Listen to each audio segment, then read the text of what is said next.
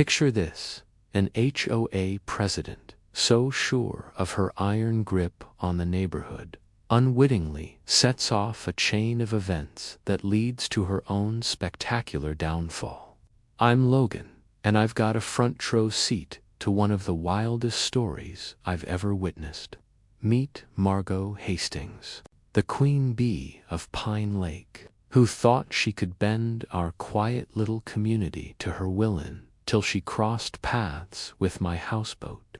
Margot believed she could squash our little dispute with her usual high-handed tactics, but she was clueless about who she was really up against. Someone with ties to a U.S. senator.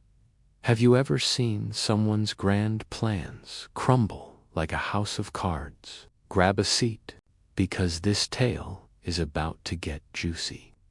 Which city in the United States are you watching from? Drop a comment and share with us if you've ever had a run-in with an HOA weed. Love to narrate your story on our channel. Clicking with purpose. She was wearing a bright red blazer that looked expensive. Her blonde hair was pulled back in a tight bun, and she was carrying what appeared to be a thick binder under her arm.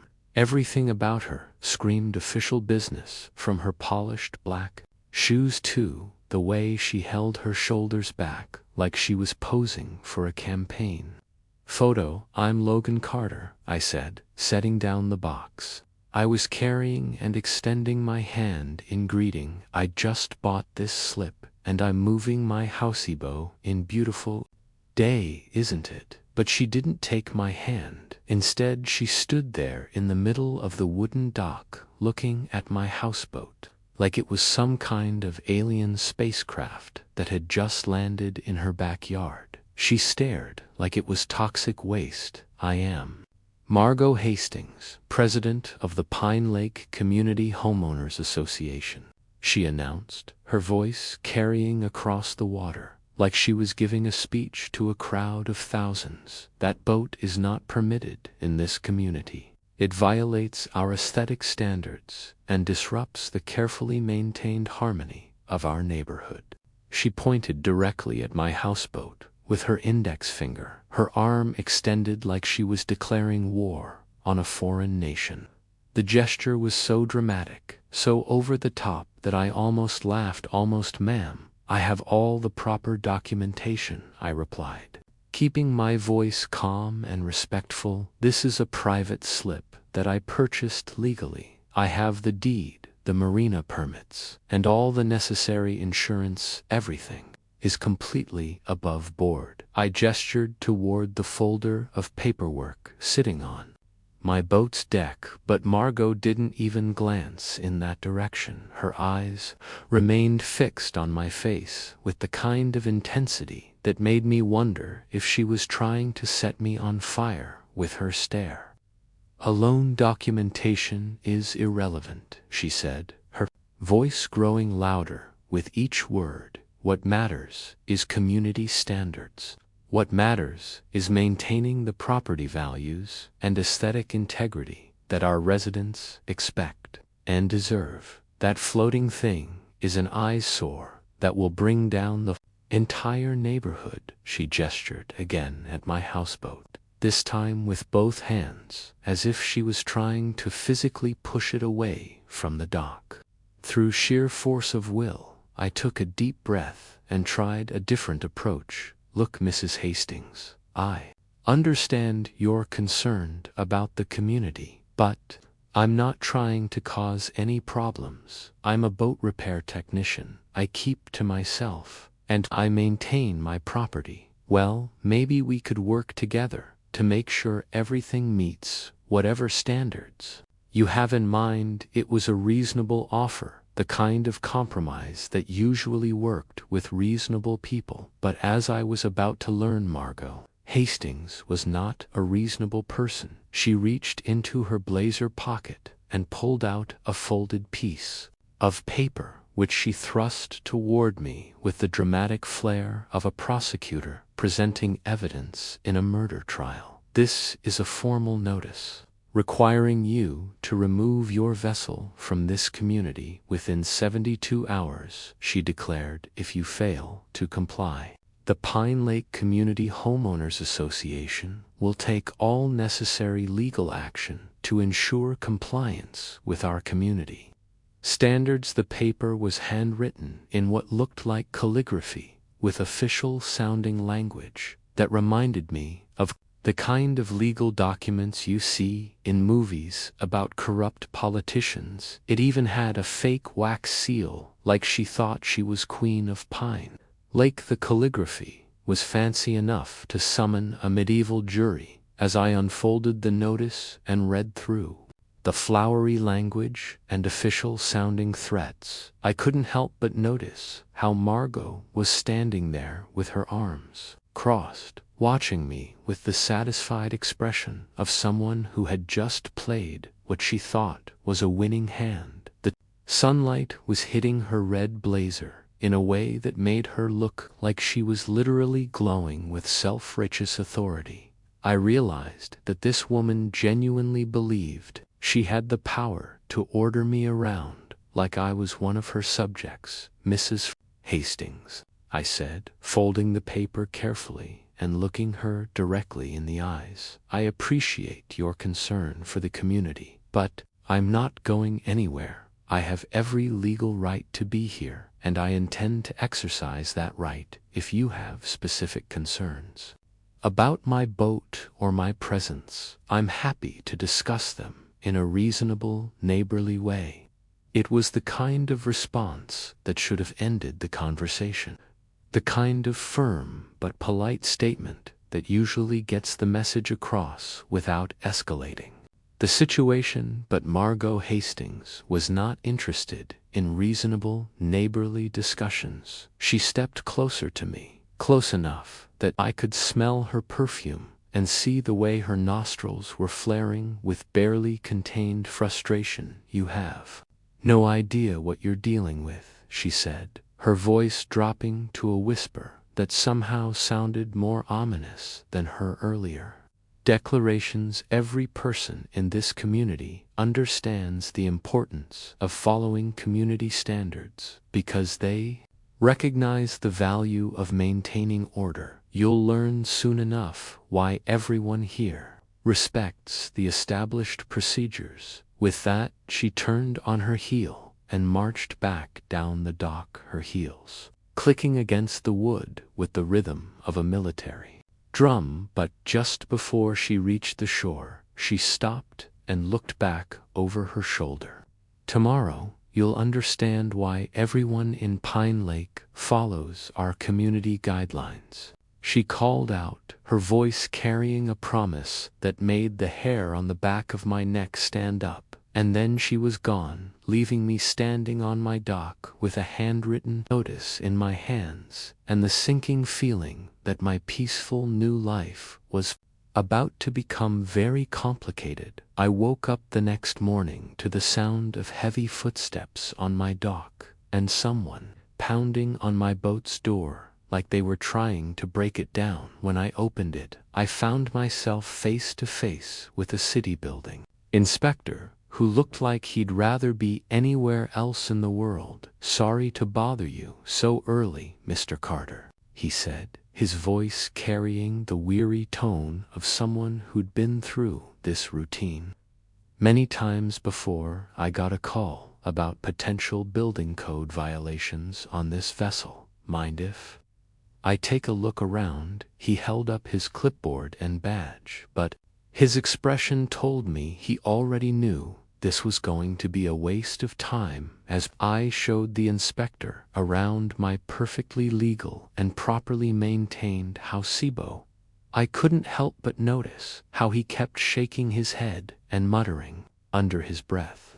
Everything looks fine to me, he said, after checking my electrical systems, plumbing, and safety equipment. Whoever called this in doesn't know what they're talking about. You've got all your permits, everything's up to code, and your boat's in better shape than most houses. As I inspect, he was packing up his equipment when he looked at me with something that might have been sympathy, word of advice. Keep your paperwork handy. Something tells me this won't be the last visit you get." He was right. By the end of the day, I'd met half the city. Fire, tax, noise, and building inspectors, all confused, all empty-handed. Each official who showed up looked more frustrated than the last, and each one left after confirming that I wasn't violating any laws or regulations. But the message was clear. Someone was systematically calling every government agency they could think of, hoping that one of them would find a reason to force me out. It was like dealing with ongoing pressure. I hadn't signed up for a loan against a bureaucracy. Margot had mobilized that evening as I sat on my deck watching the sunset paint the lake. In shades of orange and gold, I saw Margot Hastings walking along the community path that ran parallel to the shoreline. She was moving slowly, deliberately, her phone pressed to her ear, and her free hand gesturing animatedly as she talked. Every few steps, she would stop and look directly at my houseboat, her expression unreadable in the fading light.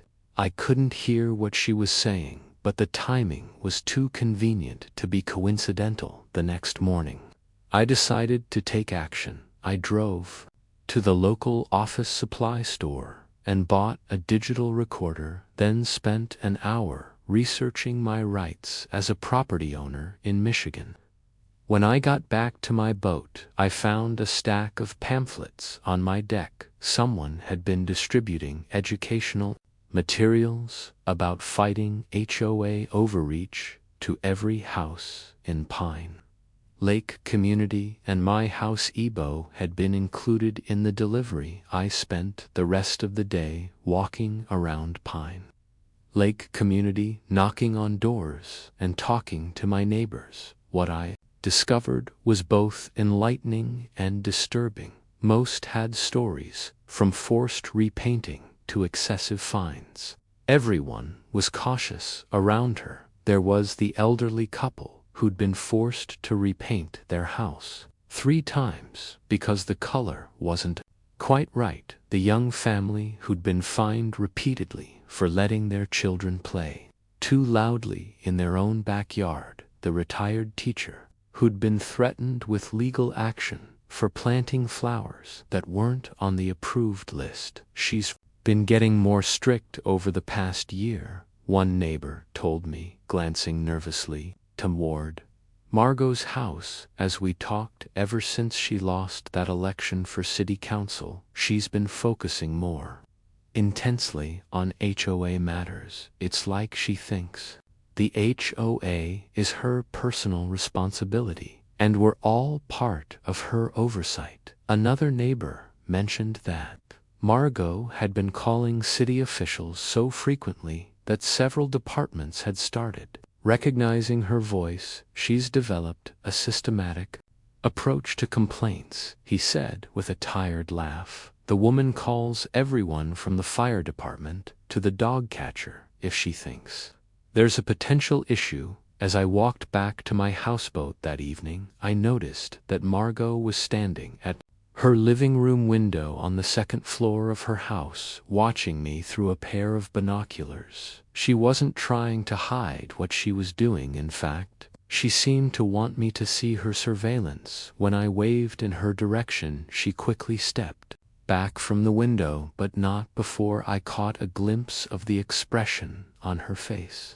It was the look of someone who was absolutely determined to maintain control of a situation they felt was slipping away from them. That night, I found a text message on my phone from an unknown number. "You think you understand the situation, don't you? We'll see about that." The message had been sent at 2:15 in the morning, and something about the timing and the tone made my skin crawl. The words weren't threatening on the surface, but they made my stomach twist in a way no legal notice ever had. I saved the message and added it to the growing file of evidence I was collecting, but I couldn't shake the feeling that Margot Hastings was just getting started. The woman who'd marched onto my dock in her red blazer like she was conducting official business wasn't the type to give up easily, and I had the distinct impression that her next move would be significantly more direct than phone calls to city officials.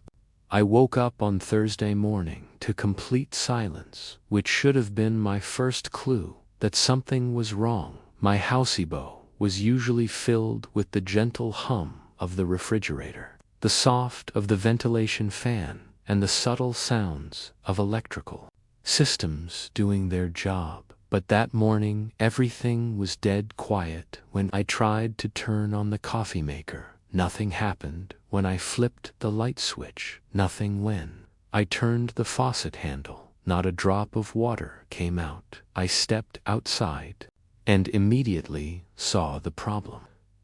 Someone had cut the main electrical line that connected my houseboat to the community power grid, and they'd also shut off the water valve that supplied my boat with fresh water. The cuts were clean and deliberate, made with proper tools by someone who knew exactly what they were doing. This wasn't vandalism by teenagers or accidental damage from a maintenance crew. This was a deliberate disruption designed to make my life as difficult as possible. But the real masterpiece was waiting for me at the entrance to the dock. Margot had constructed an elaborate wooden barrier across the pathway, complete with official-looking signs that read, "Danger Zone Water Quality Investigation in Progress, Authorized, Personal Only." The signs were printed on bright yellow paper with bold black letters, and they looked professional enough to fool anyone who didn't know better. She'd even added smaller signs warning about potential contamination and environmental hazards, creating the impression that some kind of serious ecological disaster was unfolding right where I happened to live. I called the power company first, then the water department, explaining what had happened and asking them to restore my utilities. Both companies sent representatives within a few hours, and both reps looked annoyed when they saw what they were dealing with. "Ma'am," the power company technician said to Margot when she appeared to supervise the repairs, "you can't just cut someone's electrical service because you disagree with their presence. That's destruction of private property, and it's dangerous." The water department supervisor was even more direct. "This valve controls the water supply to illegally occupied residents. Shutting it off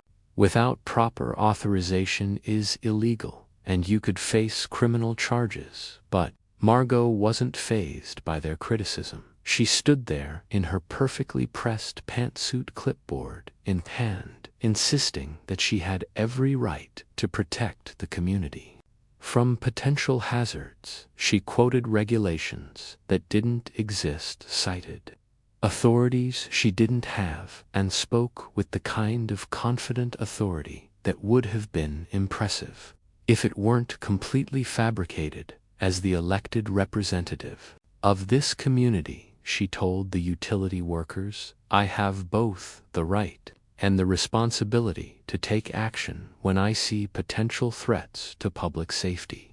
While the workers restored my power and water, I was busy setting up my own defensive measures. I had purchased a complete security camera system that morning, weatherproof, always recording. I had every right to install security cameras on my own property to protect my investment and document any future incidents. If she wanted to continue her campaign of pressure, she was going to do it on camera. I also made some phone calls of my own. It turned out that Margot's unauthorized surveillance cameras were a violation of state privacy laws. She had positioned cameras to record my private areas without consent, a clear privacy violation. When I called the city's code enforcement office and filed a formal complaint, they promised to investigate.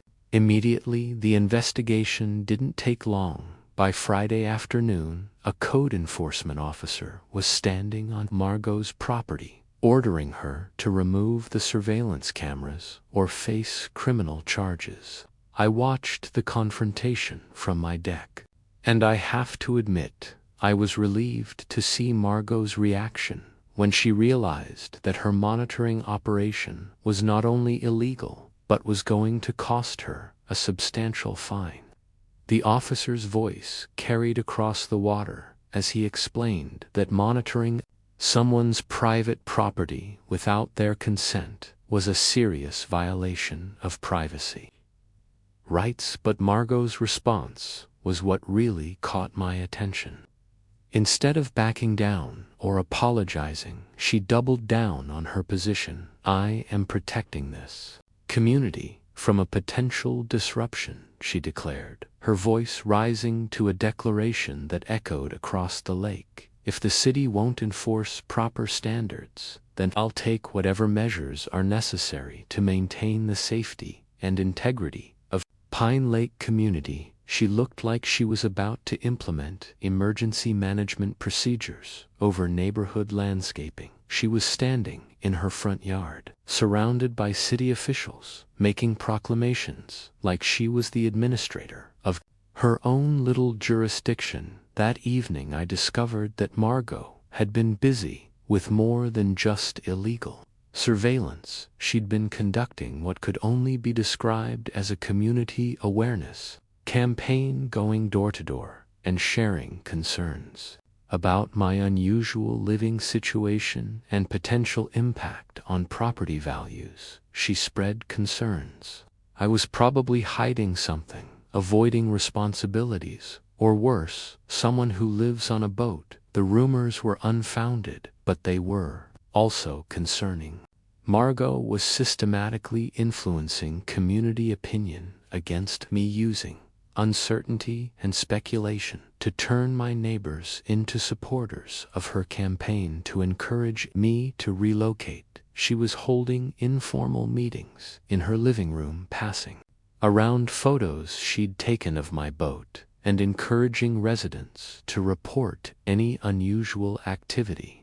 They observed it was like watching someone organize a community watch program in real time. But her biggest mistake was the attempt to disable my security cameras at 6 o'clock in the morning on Saturday. While she thought I was still asleep, Margot approached my dock wearing dark sunglasses and carrying a hammer. She approached the first camera with the determination of someone who'd clearly planned this operation in advance. But what she didn't know was that I had backup cameras recording her every move. The footage shows her examining the camera housing, positioning her hammer for maximum impact, and then swinging with enough force to shatter the lens.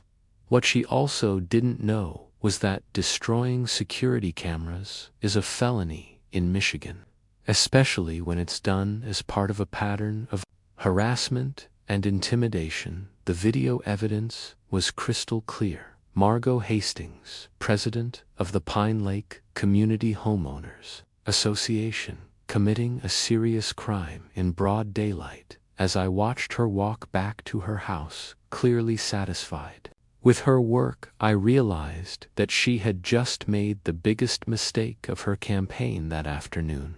I received another phone call that changed everything. Mr. Carter, this is Margot Hastings. I think it's time we had a serious conversation about your future in this community. Her voice was different now, calmer, more controlled, but somehow more determined than her earlier declarations. I've been patient with you, but situations like this require careful consideration. It's time for you to understand that some circumstances need to be addressed properly. The call lasted less than a minute, but the implication was unmistakable. Margot Hastings was planning her next move. It was Tuesday evening when Bill Crawford showed up on my dock without warning, looking exactly like he had 20 years ago when we were roommates at the University of Michigan. He was carrying a worn leather duffel bag and wearing the kind of tired expression that comes from spending too much time in airports and government buildings. "Logan Carter," he said with a grin that hadn't changed since college. "I hope you don't mind unexpected visitors, because I desperately need a break from Washington." I hadn't seen Bill in almost 5 years, but we'd kept in touch through email and the occasional phone call. He'd made it to the state senate, but tonight he just needed quiet, standing there on my dock in his wrinkled dress shirt and loosened tie. He looked more like the stressed engineering student I'd known in college than the powerful politician he'd become. "Bill Crawford," I said, grabbing his bag and pulling him into a bear hug. "What the hell are you doing in Pine Lake?" I led him onto my houseboat and opened 2 beers while he settled into one of my deck chairs with a sigh that, deep in his soul, I needed a break. "You mentioned this place. Hope there's a couch." He took a long pull from his beer and stared out at the lake for a moment before answering. We spent the next hour catching up on old times and talking about the paths our lives had taken since college. Bill told me about his work on environmental legislation, his frustration with partisan politics, and his growing concern about the influence of special interests on state. My decision to live on the water and my growing expertise in boat repair and maintenance, it felt good to talk to someone who remembered me from before my life got complicated. As the sun began to set, I found myself telling Bill about my ongoing conflict with Margot Hastings and the Pine Lake Community, HOA. I described her increasingly assertive tactics, her monitoring campaign, and her apparent belief that she had the authority to override local, state, and federal law whenever it suited her purposes. Bill listened with the kind of focused attention I remembered from our college study sessions, asking occasional questions, but mostly just letting me tell the story. "He sounds like a classic case of small-scale authoritarianism," he said when I finished. "I see it all the time in local politics, people who get a little bit of power and become convinced that they're above the law." The homeowners association system can be particularly susceptible to this kind of abuse because there's often no meaningful oversight or accountability. He was quiet for a moment, thinking the fact that she's escalating to property disruption and criminal harassment suggests that she's either desperate or delusional, probably both. What I didn't mention to Bill was that I'd been watching Margot's house through my binoculars, and I'd seen her watching us through her own surveillance equipment. She'd been positioned at her living room window for most of the afternoon, taking what appeared to be photographs of my visitor and making notes in a spiral notebook. The sight of her conducting surveillance on a sitting state senator would have been ironic if it weren't so concerning. Mind if I stay for a few days? Our beers, and prepared to go inside. I could use the peace and quiet, and honestly, I'm curious about this HOA situation. I've been working on legislation that would reform some of the more. Sounds like she could be a case study in everything that's wrong with the current system. I told him he was welcome to stay as long as he wanted, and we spent the rest of the evening talking about everything except politics and property disputes. But the next morning I woke up to find Margot Hastings standing on the community dock, holding a pair of binoculars and what appeared to be a file folder full of papers. She was positioned about 50 yards from my house, SIBO, close enough to observe our activities, but far enough away to maintain plausible deniability about her surveillance. When she saw me looking in her direction, She raised her binoculars and stared directly at me, making no attempt to hide what she was doing. "Friend of yours?" Bill asked, emerging from the cabin with a cup of coffee and following my gaze toward Margot's position. I explained who she was and what she'd been doing, and Bill studied her through his own binoculars with the analytical expression of someone who'd spent years evaluating political opponents. "She's taken pictures," he observed, professional camera with a telephoto lens. "This isn't casual curiosity. She's building some kind of file on your activity." Over the next 2 days, Margot's surveillance became increasingly obvious and increasingly intrusive. She followed him with binoculars, camera, notebook. Like an amateur investigator, she seemed particularly interested in Bill, photographing him from multiple angles and making detailed notes about his activities. When he went for a morning run around the lake, she followed him in her car. When we sat on the deck talking, she positioned herself where she could attempt to overhear our conversations. Margot probably thought she was documenting suspicious activity. In reality, she was monitoring a state senator with a legislative badge in his sock drawer. "This is getting concerning," Bill said on Thursday evening as we watched Margot pack up her surveillance equipment after another day of observation. "I've dealt with opposition research before, but this feels different. She's not just trying to gather information, she's trying to document everything you do. The question is, what's she planning to do with all those photos and notes?" He was quiet for a moment, considering the possibilities. "In my experience, people who conduct this kind of surveillance are usually preparing for some kind of formal presentation or public disclosure that night." I was awakened by the sound of a car engine running in the community parking area. When I looked out my window, I could see Margot's SUV parked with its headlights pointed toward my house. Beau and I could make out her silhouette behind the wheel. She sat there for almost an hour, just watching, before finally driving away. The next morning, I found tire tracks in the soft earth near my dock, suggesting that she'd gotten out of her car and walked around my property while I was sleeping. "She's escalating," Bill observed. When I told him about the midnight surveillance, "The pattern is classic. Start with formal complaints, move to property interference, then begin intensive monitoring. In my experience, people who follow this progression are usually building up to something more significant." He looked troubled as he considered the implications. "The fact that she's focusing so much attention on me suggests that she sees my presence as some kind of threat to whatever she's planning that afternoon." I overheard Margot talking on her phone while she was positioned at her usual observation spot. Her voice was loud enough to carry across the water, and the conversation was clearly intended for my benefit.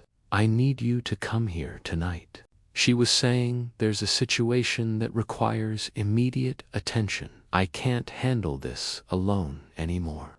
She paused, listening to whoever was on the other end of the call. "Yes, I'm sure it's time to address this situation properly." When Bill heard about the phone call, his expression turned serious. "Logan, I think you need to consider the possibility that Margot is planning something more than continued monitoring. The escalation pattern, the surveillance, the late-night visits. This is the behavior of someone who's preparing for a major confrontation." He was quiet for a moment, thinking through the implications. "I've been in politics long enough to recognize when someone is about to do something desperate and poorly planned. Your neighbor has all the warning signs." Friday night was supposed to be peaceful. I'd gotten a call from a boat owner 30 meters up the coast who needed emergency engine repairs.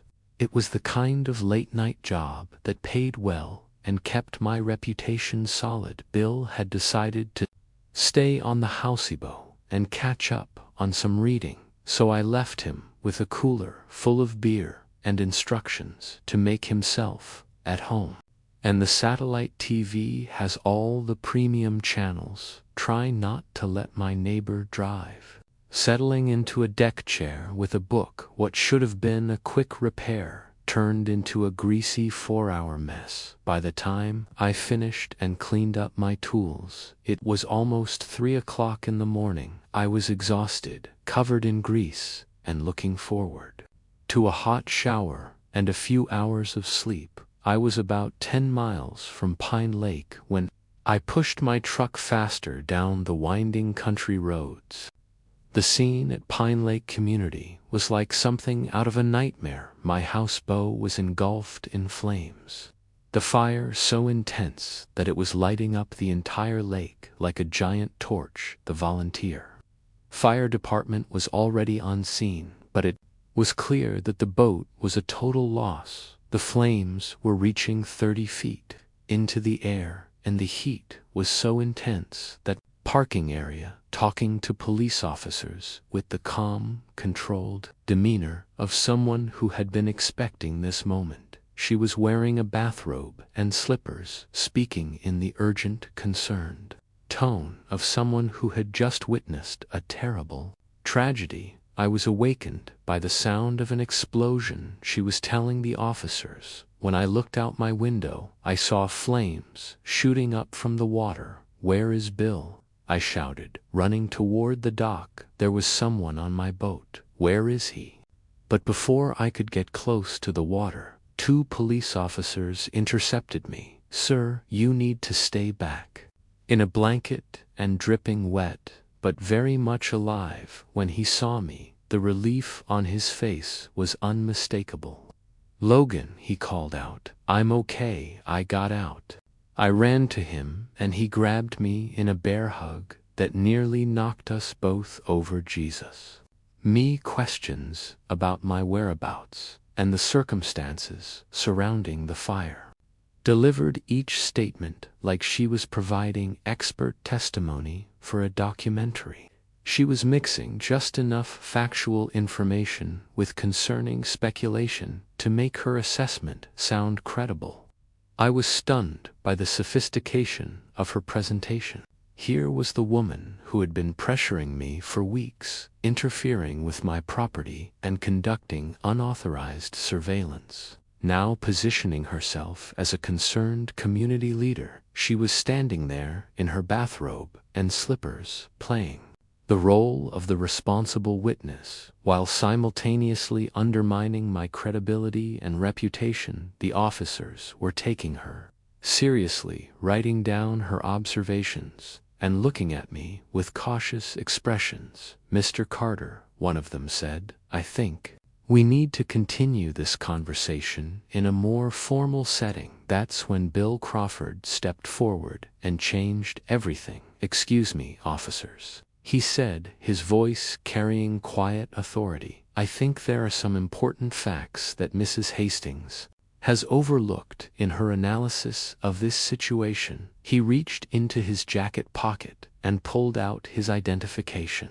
"I'm Senator Bill Crawford, and I was on that boat when it was set on fire. I think you need to hear what actually happened here." Tonight, the transformation in the police officer's demeanor was immediate and dramatic. Detective Rodriguez straightened up his expression, shifting from routine investigation to high alert as he examined Bill's identification. "Senator Crawford," he said, his voice now carrying respectful formality reserved for high-ranking government officials. "Can you tell us exactly what happened here tonight?" Bill wrapped the blanket more tightly around his shoulders and began his account with the calm, methodical approach of someone who had testified before legislative committees, smelled gasoline, saw someone pour it, jumped into fraud. "Senator, did you see who started the fire?" Detective Rodriguez asked, his pen poised over his notebook as he prepared to document what could potentially be an attempted murder. case involving a state legislator. The gravity of the situation was beginning to dawn on everyone present, and I could see Margot's confident expression starting to change around the edges. Bill's eyes fixed on Margot's face as he spoke. I saw someone moving around the boat with what appeared to be a container. The person was wearing dark clothing and appeared to be deliberately spreading accelerant around the hull and deck areas when the fire started. I could see the individual watching from a distance to make sure the flames took hold. Margot's face had gone pale, but she wasn't ready to give up her presentation. "Senator Crawford," she said, her voice trembling but still carrying determination. "I understand." Rodriguez was writing furiously when I remembered something that changed everything. "Detective," I said, reaching for my phone, "I have security cameras."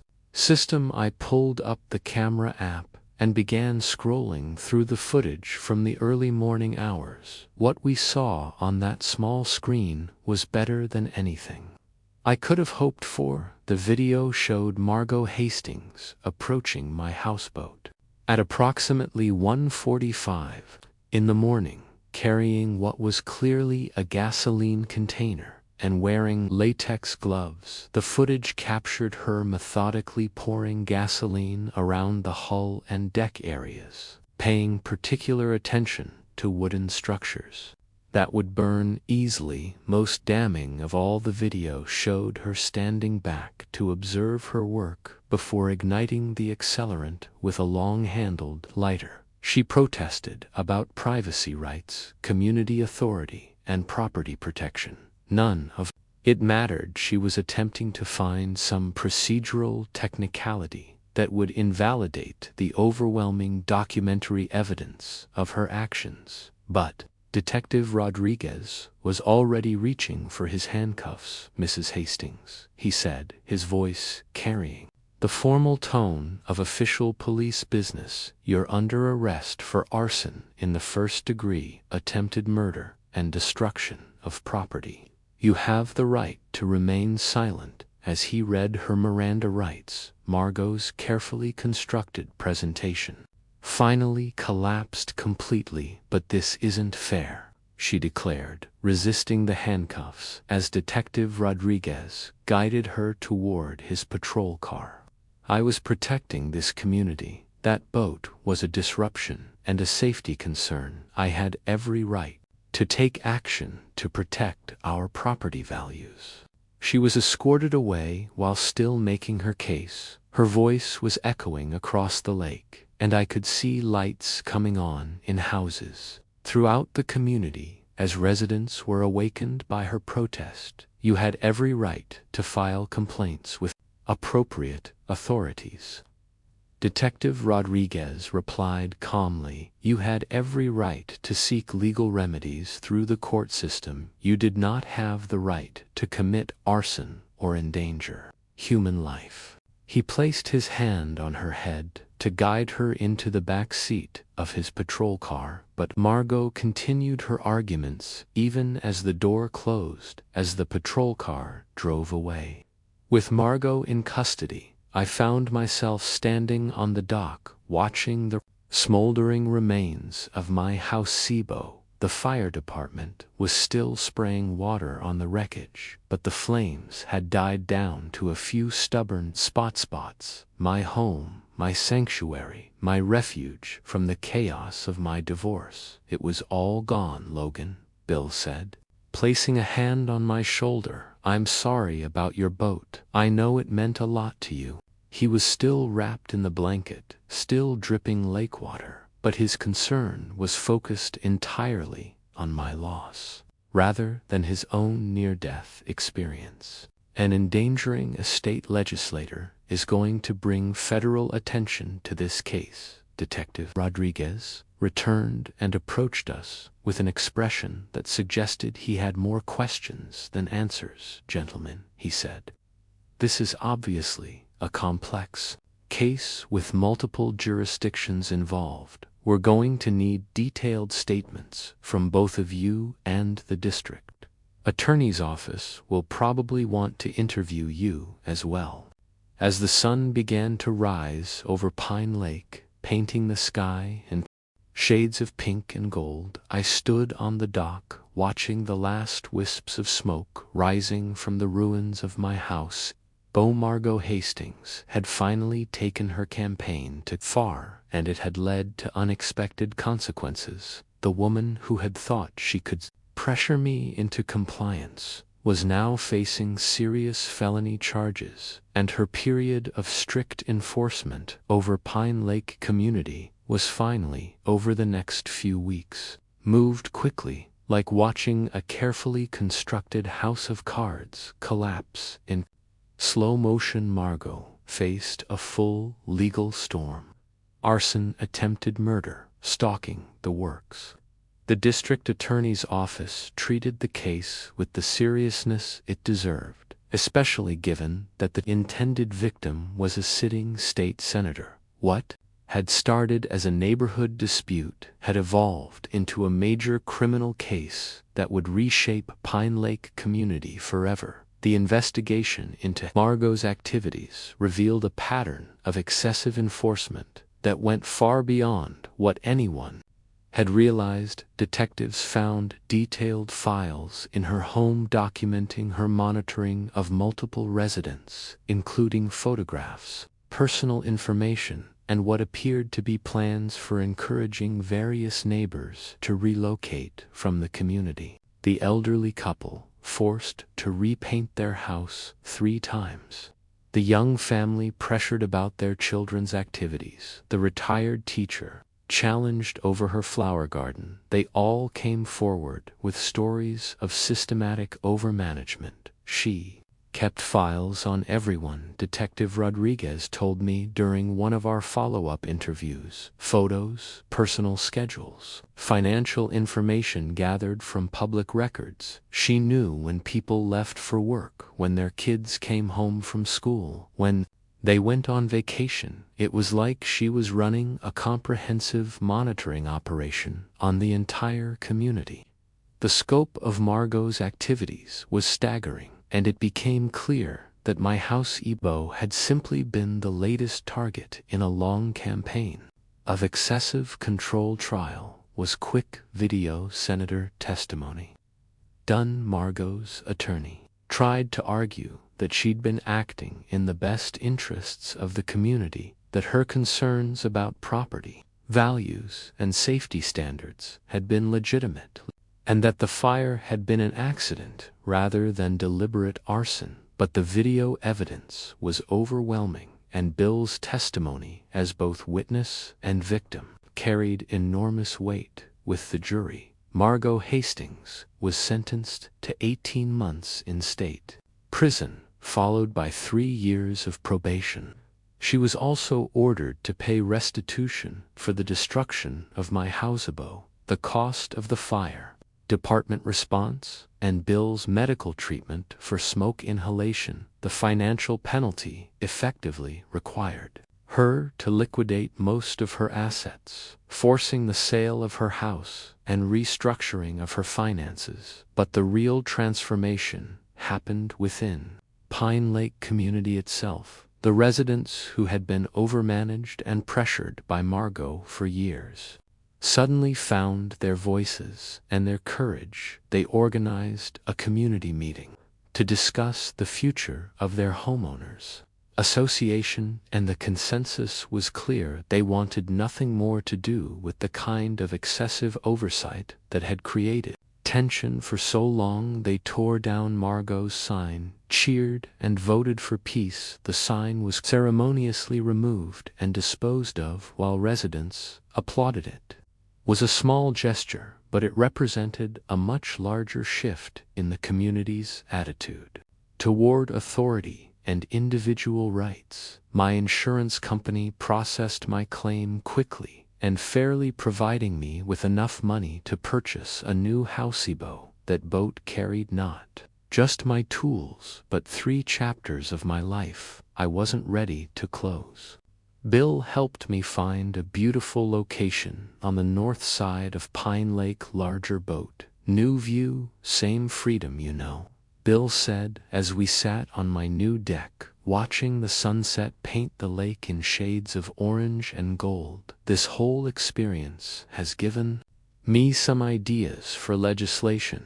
I think we need stronger protections for property owners who are being subjected to excessive oversight by homeowners associations." He was sipping a beer and looking more relaxed than I'd seen him since the night of the fire. "What happened to you and what Margot did to other residents here? It's not uncommon." Bill's legislation passed the state Senate by a wide margin. 6 months later, the Pine Lake Protection Act, as it came to be known, established clear limits on HOA authority, created oversight mechanisms to prevent abuse, and provided legal remedies for residents being subjected to excessive management by their community associations. The law included provisions for criminal penalties for HOA officials who exceeded their authority, particularly in cases involving harassment, intimidation, or destruction of property. As I write this story, it's been almost a year since the fire that destroyed my first houseboat and ended Margot Hastings' period of strict enforcement. My new boat is everything I dreamed of when I first decided to live on the water, a peaceful retreat